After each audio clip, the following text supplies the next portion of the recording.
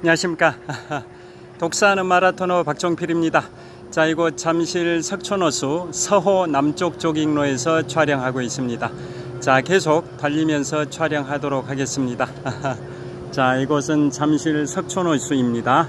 자, 계속 촬영하겠습니다. 자, 현재 시각은 2024년 8월 15일 목요일 저녁 6시 30분입니다. 자, 오늘은 광복 79주년입니다. 지금부터 79년 전 1945년 8월 15일에 대한민국이 광복을 맞이했는데요. 자, 오늘이 제 79주년 광복절입니다. 자, 그래서 오늘은 제가 집에서 어젯밤부터 오늘 오후 6시까지 온종일 한국금융연수원 출강 과목 관련해서 문제를 출제하느라고 많은 시간을 보냈습니다.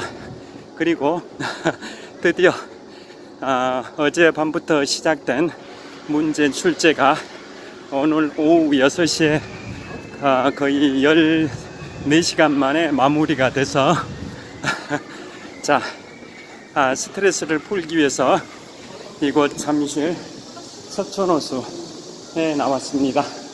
제가 22년 5개월 보름 동안 달리기를 해온 잠실 석촌호수에 나와서 오늘 석촌호수 4바퀴 10.25km를 달리면서 유튜브 영상을 촬영하도록 하겠습니다. 자, 현재 기온도 오늘은 낮 최고 기온이 34도 정도, 현재 기온도 30도 내외가 될 것 같은데요. 후텁지근한 날씨입니다. 자, 그래서 제가 달리면서 영상 촬영을 하도록 하겠습니다. 자, 오늘의 영상 제목은 광복절 제79주년을 맞이해서 아직도 진정한 반성을 전쟁 범죄에 대하여 아직도 진정한 반성을 하지 않고 있는 일본의 우익 인사들의 야스쿠니 신사 참배와 관련해서 제가 말씀을 드릴 예정입니다. 그리고 제2차 세계대전 중에 태평양 전쟁의 이오지마 전투 관련해 가지고 미국 해병대의 위대한 승리를 보여주는 이오지마 전투 관련해서 그 해병대원들의 동상이 미국의 워싱턴 DC 바로 남쪽 버지니아의 북쪽 끝과 워싱턴 DC 접경지대 알링턴 국립묘지에 세워진 미국 해병대원들의 성조기를 개양하는 모습을 담은 그 동상의 유래 등에 관하여 말씀드리도록 하겠습니다. 자, 우리 대한민국 입장에서는 광복절이 우리 국가의 최대 국경일인데요. 일제강점기 36년의 역사를 청산하고 광복을 맞이한, 해방을 맞이한 날이기 때문에 광복절은 큰 의미가 있고, 오늘이 제 79주년 광복절입니다. 그런데 일본의 우익 인사들이 오늘도 제2차 세계대전 종전 기념일이라고 하면서 일본의 야스쿠니 신사를 참배를 했습니다. 자, 그 야스쿠니 신사는 일본이 대동아 공영권을 내세우면서 수많은 전쟁을, 침략 전쟁을 벌였는데요. 그 중에 청일전쟁, 러일전쟁, 만주사변, 제2차 세계대전의 태평양 전쟁 등 일본이 일으켰던 수많은 침략 전쟁에서 사망을 한 일본의 군인 및 민간인 총 246만 6천 명의 위패가 보관되어 있는 곳이 바로 일본의 정치인들이 수시로 참배하는 야스쿠니 신사입니다. 자, 그 246만의 위패 중에서도 가장 중요시하는 것, 일본인들이 가장 중요시하는 게 2차 세계대전의 A급 전범 14명의 위패도 그곳에 보관되어 있고요. 자, A급 전범 14명에는 2차 세계대전 태평양 전쟁 발발 50일 전에 일본의 총리가 됐던 도조 히데키 이 인물의 위패도 포함이 되어 있습니다. 자, 도조 히데키 많이 들어보셨을 텐데요. 2차 세계대전의 태평양 전쟁의 발발은 1941년 12월 7일에 일본의 가미가제 특공대가 미국의 하와이 진주만을 기습 폭격하면서 제2차 세계대전에 미국이 일본을 상대로 태평양 전쟁을 벌이게 됐는데요. 자, 일본이 미국의 하와이 진주만을 기습 폭격하기 약 50일 전, 그러니까 1941년 10월 중순에 일본의 총리에 취임했던 인물이 바로 도조 히데키입니다. 자, 그리고 이 인물이 결국은 제2차 세계대전 태평양 전쟁을 발발한 일본의 A급 전범인데요. 자, 그리고 이 인물은 약 한 2년 반 정도 일본에 수상을 합니다. 1941년 10월 중순부터 1944년 7월까지니까 뭐 3년 가까이 됩니다. 3년 가까이. 일본이 2차 세계대전에서 항복을 했던 1945년 8월 15일보다 약 1년 정도 앞선 1944년 7월경에 사임을 했으니까 2차 세계대전 기간 중에 약 한 3년 정도 일본에 수상을 하면서 침략전쟁을 기획하고 착수하고 실행했던 인물이 바로 2차 세계대전 태평양 전쟁의 A급 전범 도조 히데키입니다. 자, A급 전범이라고 하면 2차 세계대전을 일으켰던 일본과 독일 내 그 전쟁 범죄자들을 2차 세계대전 종전 후에 군사 재판을 통해서 엄격한 처벌을 하게 됐는데요. 그 과정에서 전쟁 범죄자들을 등급에 따라 A급, B급, C급으로 구분을 했습니다. 그 중에서 A급 전범은 국제조약을 위반해서 전쟁을 기획하고 착수하고 실행했던, 한마디로 전쟁 범죄의 수뇌부들을 이른바 A급 전범이라 하고요. 그 최정점에는 일본의 도조 히데키 그 2차 세계대전의 전범이 포함되어 있습니다. 그 도조 히데키를 포함해서 총 14명의 A급 전범들이 야스쿠니 신사에 합사가 되어 있고요.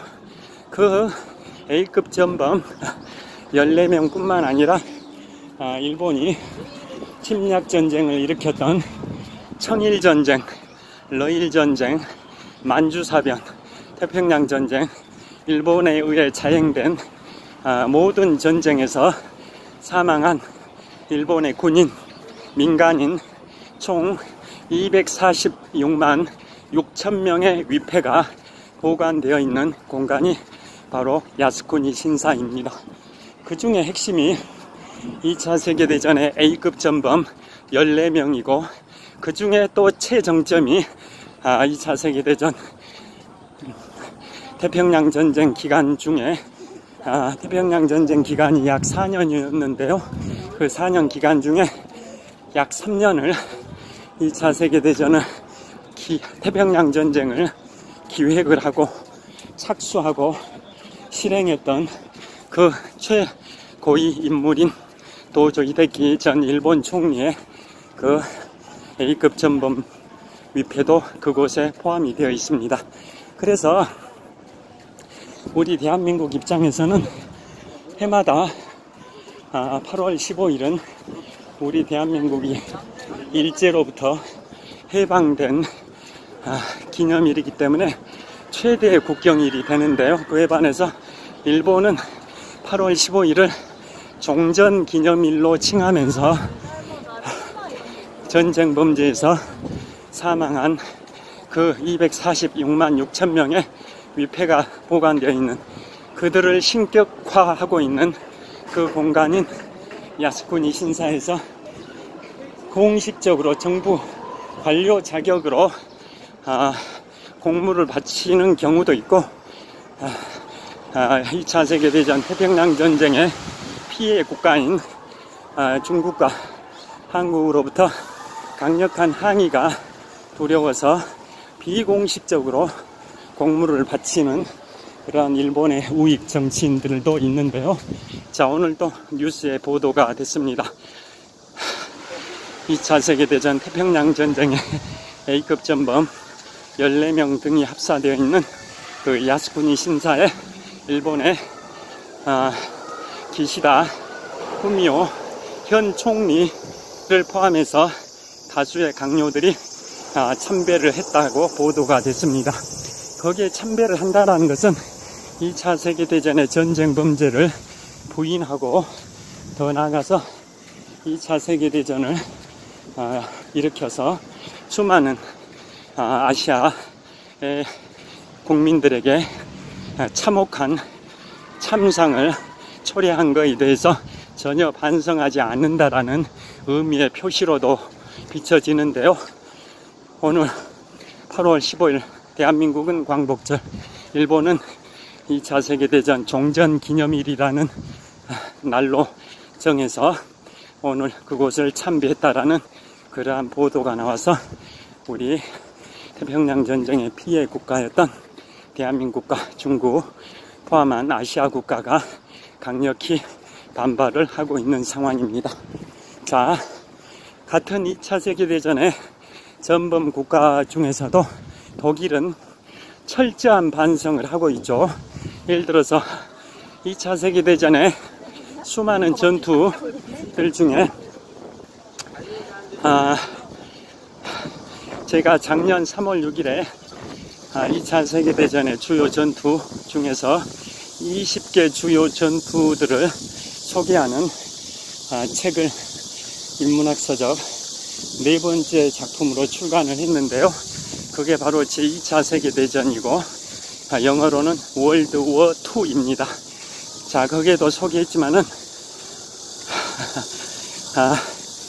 독일은 일본과 같은 2차 세계대전의 전범 국가, 즉 추축국의 일원이었지만 2차 세계대전을 벌인 것에 대해서 침략 행위를 한 것에 대하여 철저하게 반성을 하면서 전 유럽에 또 더 나아가 전 세계에 지속적으로 진정성 있는 사과를 해왔습니다. 그에 반해서 일본은 매년 8월 5일만 되면 2차 세계대전 전범들이 합사되어 있는 야스쿠니 신사에 가서 참배를 하면서 반성의 기미를 보이지 않고 오히려 피해 국가들에게 분노하게 하고 있는 그러한 작태가 매년 반복이 되고 있습니다. 독일이 일본과 달리 진정성 있게 사과하고 있다라는 대표적인 예시가 1970년 12월 7일에 그 당시 서독의 총리였던 빌리 브란트 총리가 동유럽 국가들, 즉 공산 국가였던 동유럽 국가들과 화해의 분위기를 조성하기 위해서 그 당시 자본주의 세력이었던 서독의 총리 빌리 브란트 총리가 1970년 12월 7일에 바로 공산권 국가 중에 한 곳인 폴란드 바르샤바를 방문해서 그곳에 2차 세계대전 당시에 독일에 의해 자행된 폴란드 거주 유대인들에 대한 대학살의 현장, 그곳 위령탑을 참배하면서 비가 억수로 쏟아지고 있는 상황에서 2차 세계대전 당시 독일의 아돌프 히틀러, 이른바 국가사회주의 독일 노동자당이라는 이른바 나치즈에 의해서 자행된 그 수많은 유대인의 학살, 대표적인 곳이 바로 폴란드 바르샤바였는데요. 그곳이 바로 게토 봉기 지역이었습니다. 자, 그곳을 찾은 서독의 빌리 브란트 총리가 그 위령탑에 헌화하는 과정에서, 꽃을 바치는 과정에서 갑자기 무릎을 꿇고, 그것도 비가 억수로 내리고 있는 그런 상황에서 갑자기 무릎을 꿇고 사죄의 제스처를 취했었습니다. 그게 이른바 전 세계를 깜짝 놀라게 한 이른바 바르샤바 무릎 꿇기입니다. 서독의 빌리 브란트 총리가 폴란드 바르샤바에 가서 서독의 전신인 독일의 나치즈에 의해 자행된 2차 세계대전의 그 참혹한 학살, 전쟁 범죄에 대하여 진정성 있는 사과를 하는 의미에서 그 폴란드 바르샤바 게토 봉기 지역 위령탑에 참배 조문하는 과정에서 바로 꽃을 바치면서 갑자기 비가 내리고 있는 상황임에도 불구하고, 자, 양복을 입은 상태에서 갑자기 무릎을 꿇고 그 진정성 있는 사과를 했습니다. 그래서 전 세계가 깜짝 놀랐습니다. 라인강의 기적을 통해서 2차 세계대전에 그러한 폐허 속에서 다시 경제적으로 부활한 서독의 총리가 동유럽의 한 국가인 폴란드 바르샤바를 방문해서 그 비가 내리는 상황에서 무릎을 꿇고 사죄를 한 것에 관해서 이른바 바르샤바 무릎 꿇기로 명명하면서 전 세계가 대서특필을 했습니다. 그래서 그것은 서독의 전신인 독일의 그 아돌프 히틀러의 잔재를 청산하고 세계와 연대하고 인류의 공영을 위해서 함께 하겠다라는 서독의 동유럽 국가들에 대한 강력한 메시지였습니다. 그래서 전 세계가 감동을 해서 그 뒤로 동유럽 국가들이 서독과 외교 관계를 맺게 됐고요. 그 공로를 인정받아서 독일의 서독의 빌리 브란트 총리는 바로 이듬해인 1971년에 노벨 평화상을 수상을 했습니다. 자, 그렇게 독일은 일본과 같은 2차 세계대전 전범 국가인데요. 일본은 매년 8월 15일이면 2차 세계대전 종전 기념일이라고 칭하면서 전쟁 범죄자들 A급 전범 14명 포함해서 246만 6천 명의 전쟁 관여자인 군인 및 민간인이 그들의 위패가 보관되어 있는 야스쿠니 신사에서 항상 매년 반복적으로 공물을 바치고 참배를 합니다.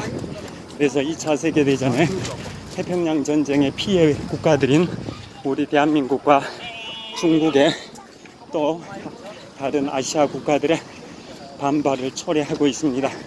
독일이 진정성 있게 반성하는 그러한 이른바 와르샤와 무릎 꿇기와는 매우 대조적인 행태를 보이는 일본의 우익 인사들의 그런 걸 볼 때마다 일본이 진정하게 반성하고 있는지 심히 우려를 표할 수밖에 없는 상황이 반복되고 있습니다.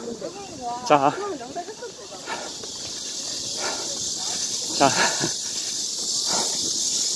제가 석촌호수 이제 한 바퀴 반 정도 돌았는데요. 총 4바퀴를 돌면서 촬영을 할 계획입니다.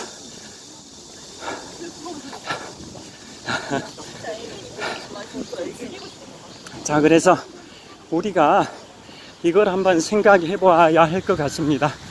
우리가 일제강점기에 수많은 애국지사, 순국 선열들께서 독립운동을 가열차게 했기 때문에 우리가 1945년 8월 15일에 광복 해방을 맞이한 측면도 있겠습니다만은 결정적으로 우리가 광복을 맞이한 것은 바로 미국이 1945년 8월 6일에 일본의 히로시마에 인류 최초의 우라늄 원자 폭탄인 리틀보이를 투하했고, 그래도 항복하지 않으니까 8월 9일에 인류 최초의 플루토늄 원자 폭탄인 펜맨을 나가사키에 투하하니까 그로부터 6일 후에 일본이 항복을 해서 우리 대한민국이 광복을 맞이한 측면이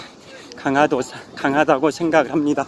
즉, 우리 대한민국이 자력에 의해서 광복, 해방을 맞이한 게 아니라 어떻게 생각하면 외세의 힘의 도움을 받아서 미국이 일본의 원자 폭탄을 투하했기 때문에 일본이 항복을 한 거고, 그 반사적 이익으로 우리 대한민국이 해방, 독립을 맞이한 측면이 강하다라고 생각을 합니다. 그래서 저는 자유민주주의, 자본주의 국가를 수호하고 있는 대표국가 미국에 관하여 항상 감사의 마음을 갖고 있고요. 그 다음에 미국이 유럽전선 2차 세계대전 당시에 유럽전선과 태평양전선에서 추축국이었던 독일, 일본, 이탈리아에 대항해서 연합국을 결성했었고요. 그 연합국의 중심에는 미국과 영국, 프랑스, 소련, 중국 등이 있었다라는 역사적 사실은 다 잘 알고 계실 겁니다. 그래서 미국이 주도해서 2차 세계대전의 유럽전선이나 태평양전선이나 모두 미국 덕분에 2차 세계대전에서 연합국이 승리했다고 봐도 과언이 아닐 텐데요. 자, 그래서 우리가 대한민국의 유일한 혈맹국가, 동맹국가인 미국을 항상 바라볼 때 그러한 동맹의식 내지 혈맹의식을 갖고 접근해야 되지 않을까 생각을 합니다. 대한민국과 유일하게 동맹조약이 체결된 국가가 바로 미국이죠. 대한민국이 침략을 당했을 때 한미 상호 방위 조약에 따라 대한민국을 지원해줄 국가, 구원해줄 국가는 현재 전 세계에서 미국밖에 없습니다. 그건 한미 방위 조약에 따라 동맹을 맺었기 때문에 그러한 의무가 부여됐는데요. 그렇기 때문에 미국에 대하여 혈맹의식, 동맹의식을 갖는 게 중요하다고 보고요. 특히나 앞으로 2달 반쯤 후 2024년 11월 5일에 있을 제47대 미국 대통령 선거의 결과가 우리 한미 동맹에도 큰 영향을 미칠 걸로 예상이 됩니다.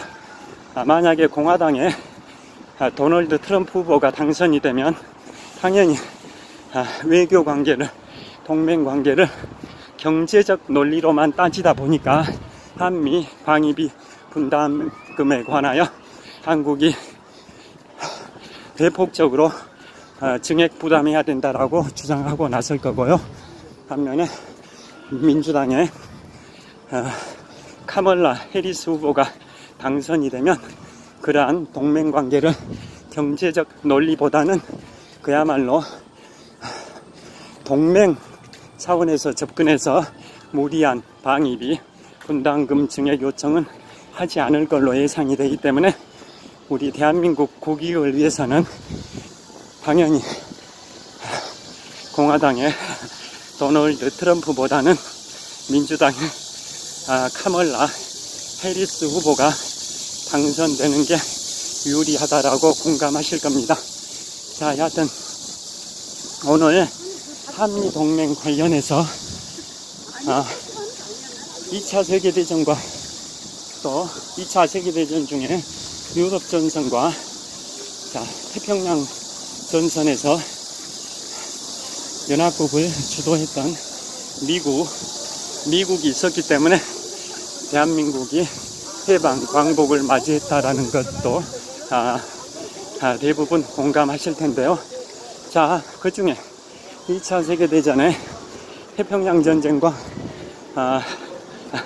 유럽전선 중에 유럽전선은 다 잘 아시다시피 처음에는 독일의 아돌프 히틀러의 파죽지세 공격으로 인해서 유럽의 한복판이었던 프랑스 파리가 1940년 6월 14일에 독일에 의해 점령됐고 그로부터 4개월쯤 후인 1944년 8월 25일에야 연합국이 프랑스의 파리를 수복 탈환했지 않습니까? 그 이유는 그 파리를 4년 3개월 만에 독일의 점령으로부터 파리를 수복 탈환할 수 있었던 주 요인은 1944년 6월 6일에 인류 역사상 최대 규모의 상륙작전인 노르망디 상륙작전에서 미국의 드와이트 아이젠하워 연합국 사령관의 그 지휘하에 노르망디 상륙작전이 성공했기 때문에 그걸 토대로 2달 반 후에 1944년 8월 25일에 프랑스 파리가 독일 점령 4년 4개월을 청산하고 수복 탈환 해방을 맞이했었지 않습니까? 그 뒤로 네덜란드 수복 작전이라고 하는 이른바 마켓 가든 작전 등이 진행이 되고 연합국이 마켓 가든 작전에서는 약간 실패하긴 했지만 그래도 꾸준히 북동쪽으로 독일의 베를린을 향해 진격을 해가서 독일의 베를린을 곧 점령할 것 같았었지만 바로 하지 못한 이유는 바로 2차 세계대전 중에 단일 전투로는 미군의 사상자가 가장 많이 발생했던 이른바 벌지대전투 아르덴 대공세 1944년 12월 16일부터 이듬해 1945년 1월 25일까지 6주 동안 전개됐던 독일의 최후의 반격이라고 할 수 있는 아르덴 대공세로 인해서 미국, 영국, 프랑스 등의 연합국이 그곳 벨기에와 룩셈부르크 독일 접경지대인 아르덴에 6주 동안 정체되는 바람에 독일의 베를린 점령이 소련한테 기회를 줘버린 셈이 됐었죠. 자, 그래서 그 이후에도 미국이 2차 세계대전에서 발생한 수많은 전투 중에 단일 전투로는 최대 사상자, 미군 사상자가 발생된 게 불과 6주 동안 발생된 아르덴 대공세, 이른바 벌지대전투에서 미군의 사상자가 95,000명 정도 발생을 했습니다. 태평양 전쟁의 오키나와 전투에서는 미군 사상자가 약 한 7만 명, 이오지마 전투는 약 한 26,000명 밖에 발생이 안 됐는데요. 그 숫자에 비해서 벌지대전투는 2차 세계대전에 그 수많은 전투 중에 미군의 사상자가 가장 많이 발생했던 전투가 바로 1944년 12월 16일부터 1945년 1월 25일까지 6주 동안 발생했던 아르덴 대공세, 독일군의 최후의 반격이었습니다. 자, 그래서 그곳에서 미국, 영국, 프랑스 등의 연합국이 독일의 최후의 반격을 맞아서 그쪽에서 정체되는 바람에 독일의 베를린 점령을 소련한테 빼앗겨 버렸다라는 역사적 사실을 다 잘 아시고 계실 겁니다. 자, 그래서 그럼에도 불구하고 미국, 영국, 프랑스가 주도하는 연합국은 계속 독일의 베를린을 향해서 진격을 했고요. 드디어 1945년 3월 말에는 독일의 라인강을 돌파해서 계속 베를린을 향해서 진격을 했습니다. 라인강의 레마겐 철교라고, 레마겐 철교, 그 돌파한 시점이 1945년 3월 26일인데요. 그걸 소재로 한 영화가 레마겐 철교가 있습니다. 자, 그 뒤로 계속 진격을 거듭했고, 또 독일의 동부에 있는 동부전선에서는 소련군이 계속 서쪽에 있는 독일을 향해서 진격을 해와가지고 미국, 영국, 프랑스의 서부전선에 몰입하고 있었던 미국, 영국, 프랑스가 벌지대전투 아르덴 대공세 때문에 독일 베를린 입성이 6주가 늦춰지는 바람에 그 기회를 틈타 독일의 동쪽에 있는 동부전선에 소련이 독일의 베를린을 1945년 5월 2일 점령을 하게 됐습니다. 소련이 먼저 점령하지 않았다면 나중에 2차 세계대전 후에 독일의 베를린을 일종의 신탁 통치를 할 때 동쪽의 절반 동베를린은 소련이 다 점령하고, 그 다음에 서베를린은 미국, 영국, 프랑스가 3분의 1씩 분할 점령하지 하는 사태가 발생됐었는데, 만약에 소련이 먼저 베를린을 점령하지 않았다면 소련, 미국, 영국, 프랑스가 4분의 1씩 다 균등하게 분할 점령했을 수도 있는데 역사는 그렇지 않았습니다. 소련이 독일의 베를린을 먼저 점령하는 바람에 독일의 심장부 베를린은 동베를린 원을 그렸을 때 원의 반원 동쪽 전체는 소련이 점령하고, 원의 반원 서쪽은 영국, 미국, 프랑스가 3분의 1씩 분할해서 점령하는 그러한 사태가 발생이 된 거죠.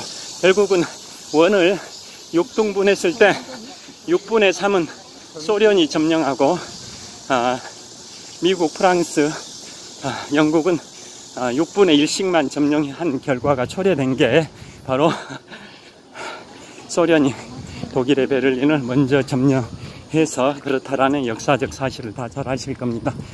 자, 그리고 그 과정에서 1945년 4월 26일에 바로 베를린의 서쪽 엘베강에서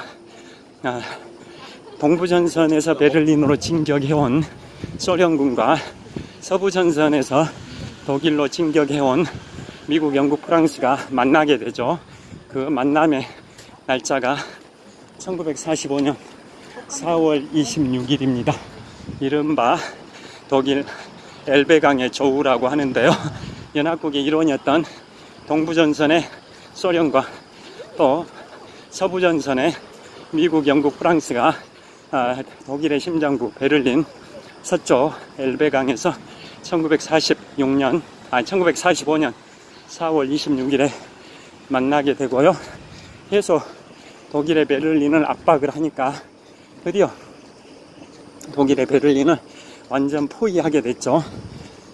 그로부터 며칠이 지나서 1945년 4월 28일에는 2차 세계대전 전범국가 세계 국가 중에 하나인 이탈리아의 무솔리니, 베니토 무솔리니, 이탈리아어로 두체라고 하죠. 두체. 영도자란 뜻이죠. 영도자.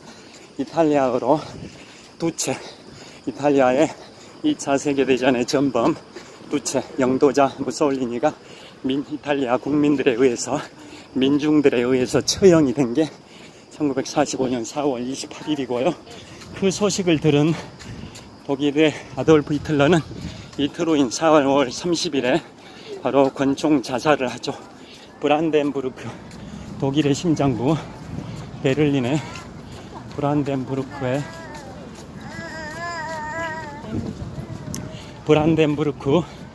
문 바로 지하 벙커에 집거하고 있었던 독일의 2차 세계대전 전범 아돌프 히틀러가 1945년 4월 30일에 권총 자살을 하고요.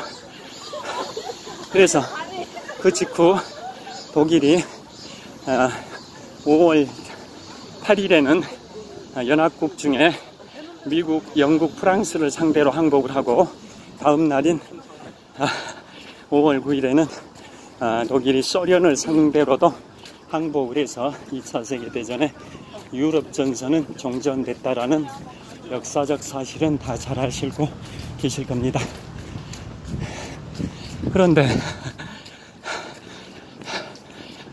여전히 2차 세계대전의 태평양 전쟁은 종전이 안 되고 있었죠. 그래서 1945년 7월 26일에 포츠담 선언, 독일의 베를린 근처에 있는, 베를린 교외에 있는 포츠담이라는 도시에서 이른바 포츠담 선언이 있었는데요.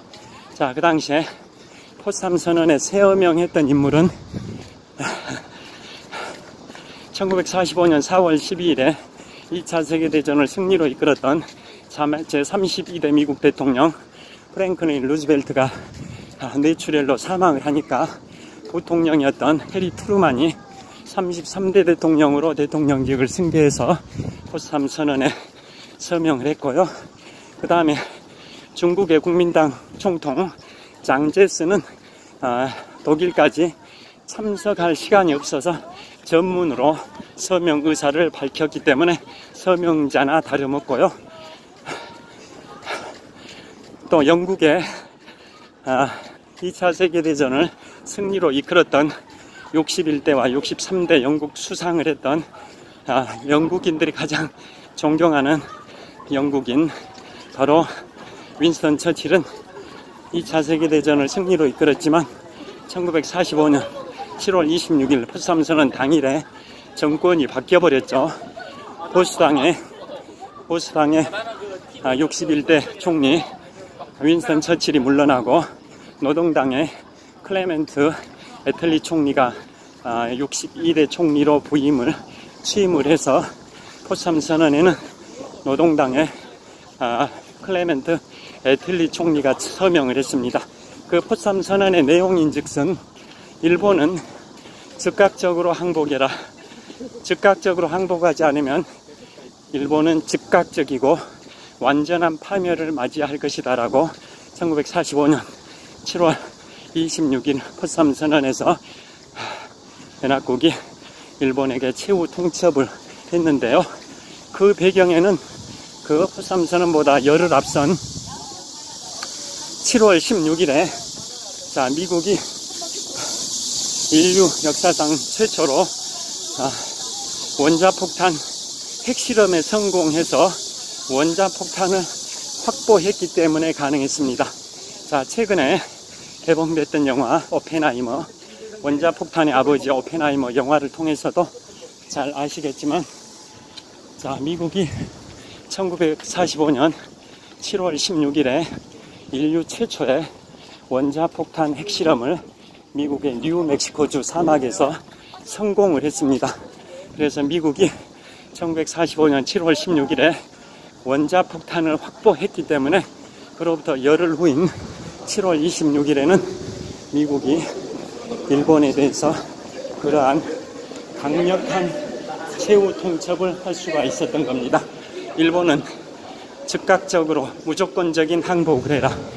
일본이 즉각적이고 무조건적인 항복을 하지 않을 경우 일본은 완전하고 즉각적인 파멸을 맞이할 것이다 라는 최후 통첩이 바로 원자폭탄 핵실험 성공일로부터 열흘 후인 1945년 7월 26일에 있었고요. 그게 이른바 포츠담 선언이죠.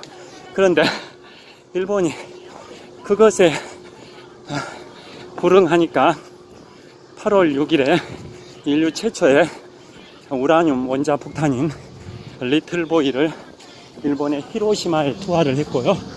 그래도 일본이 항복하지 않으니까 8월 9일에는 인류 최초의 플루토늄 원자폭탄인 펜맨을 나가사키에 투하를 했고, 그때서야 일본은 사태의 심각성을 알고 그로부터 6일 후인 8월 15일에 연합국을 상대로 히로이토 천황이 라디오 방송을 통해서 항복 선언을 했었죠.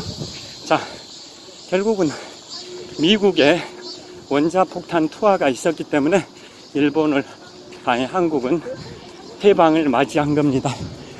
미국이 원자폭탄을 투하하지 않았다면 일본은 항복하는데 훨씬 더 많은 기간이 소요됐을 겁니다.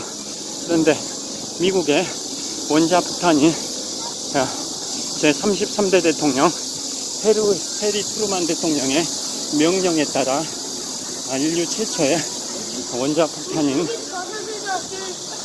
리틀보이와 펜맨이 일본의 히로시마와 나가사키에 8월 6일과 8월 9일에 각각 투하됐었기 때문에 결국은 일본은 항복을 했고 우리 대한민국은 광복을 맞이한 겁니다. 자, 그래서 항상 광복절이면 우리나라 독립 투사들, 애국 선열들의 그러한 독립운동도 중요하지만 미국에 대한 동맹의식, 혈맹의식을 제고해야 된다라는 생각이 항상 듭니다. 자, 그래서 제가 전체적으로는 2차 세계대전의 유럽 전선을 말씀드렸는데요. 지금부터는 2차 세계대전의 태평양 전선을 잠깐 말씀드리겠습니다. 자, 다 잘 아시다시피 일본은 1854년 미국의 페리 제독에 의해서 강제로 개항이 됐죠. 그 다음에 우리 조선은 흥선대원군 주도하에 서양 문물에 대하여 받아들이지 않고 쇄국 정책을 펼치면서 서양 세력들을 오랑캐라고 칭하면서 교류 자체를 안 해서 우리는 근대화를 하지 못했던 반면에 일본은 1868년 메이지 유신, 명치 유신을 통해서 근대화가 가속화됐고, 그래서 1800년대, 19세기 서세 동점의 시대에 서양의 제국주의 세력들이 동양의 약소 국가들을 점령하는 그러한 서세 동점의 시기에 서양의 많은 제국주의 국가들이 동양의 중국이나 또 여러 약소 국가들을 침략을 했는데요. 그때 일본은 명치유신 등을 통해 근대화를 가속화시켰기 때문에 서양의 침략을 당하지 않고 오히려 그 서양의 침략 세력과 어깨를 나란히 하면서 제국주의 물결에 합류를 하게 됐었던 거죠. 그 과정에서